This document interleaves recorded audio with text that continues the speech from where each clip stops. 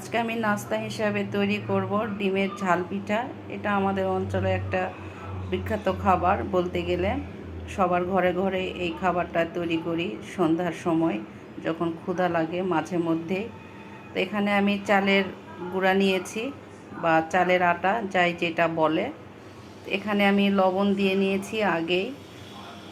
তো ময়দা একটু অ্যাড করে নিব, যেহেতু সফট এবং নরম থাকবে সেই জন্য সামান্য একটু, বেশি নিব না।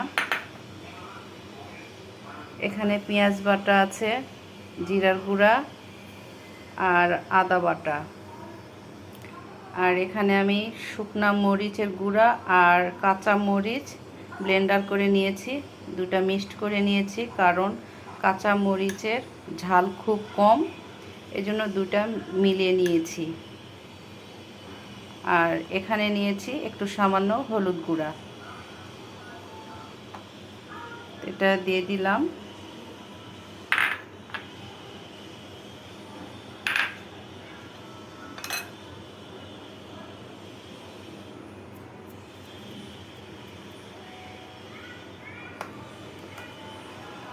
ডিপে পেঁয়াজ বাটা রেখে দিয়েছিলাম, এখনো জমে আছে,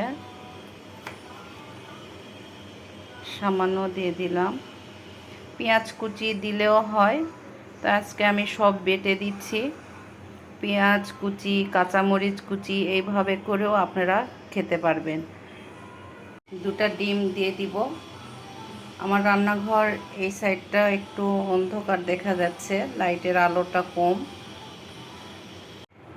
আর উষ্ণ গরম পানি, যেটা হাত দেওয়া যায় সেরকমভাবে উষ্ণ গরম পানি, আমি সবগুলো একসঙ্গে মেখে নিব। আটাটা বেশ খানিকভাবে এইভাবে মেখে নিতে হবে, এতে করে আপনার পিঠাটা অনেক সফট হবে, ঠান্ডা হয়ে গেলেও খেতে পারবেন। যত এইভাবে আপনি ম্যাসেজ করবেন তত আটাটা সফট হবে আর কি। এখানে ধনা পাতা দিলে আরও বেশি ভালো হয়, তো আমার ঘরে ধনা পাতা ছিল না, এই জন্য দিতে পারি নাই।